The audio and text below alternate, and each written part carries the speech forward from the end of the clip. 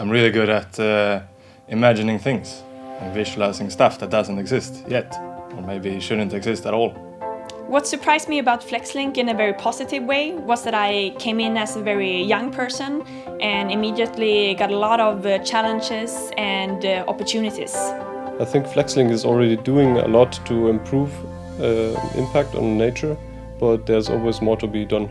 Since I'm new to FlexLink, I look forward to bringing all the experience from my past lives to FlexLink and using the tools available over here to boost my career forward ahead.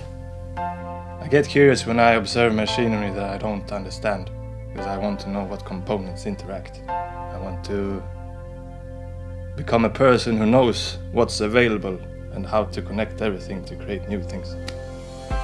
We really have to work together to reduce the impact we have on nature. What motivates me most is the freedom to work and my work being valued at the place where I'm working. I want to get the full picture, and when I have the more holistic view, I'm ready to take on the next challenge.